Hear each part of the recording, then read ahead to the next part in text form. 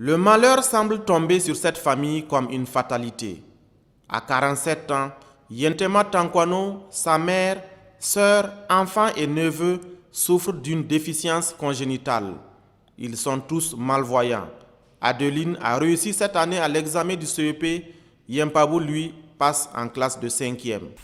J'ai écrit « Soyez les bienvenus ».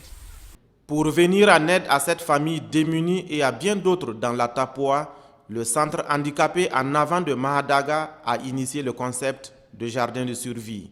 Le jardin permet à la famille de faire une production journalière qu'ils puissent vendre et avoir quelques francs chaque jour, chaque mois, et qu'ils puissent scolariser les enfants. Mais aussi un moyen d'aider la communauté, puisque la plupart du temps, la communauté ne veut pas s'impliquer quand elle ne sent pas l'intérêt. Donc le puits dans chaque jardin est mis à l'extérieur, de sorte que les gens du village puissent puiser le lot. Mais cela donne une crédibilité à la personne handicapée, puisqu'on dit on va aller au jardin de un tel. Ce soutien a permis aujourd'hui à la famille Tankwano de surmonter son handicap.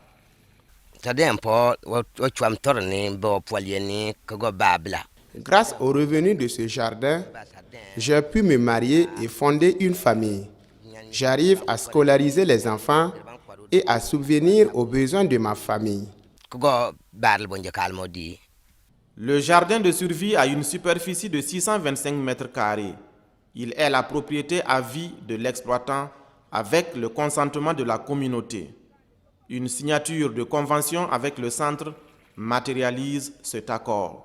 Et pendant la signature de convention, la famille se met d'accord qu'elle va aussi donner sa contribution.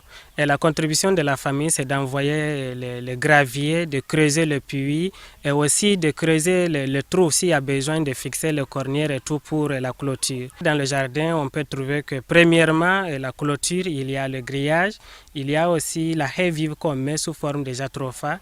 À l'intérieur, maintenant, nous mettons le moringa, nous mettons les pépinières, des choux, des douanions. Nous leur donnons des formations qui pourront les aider à être autonomes après 2 ans. Une soixantaine de personnes à travers la province ont pu bénéficier à ce jour de jardins de survie.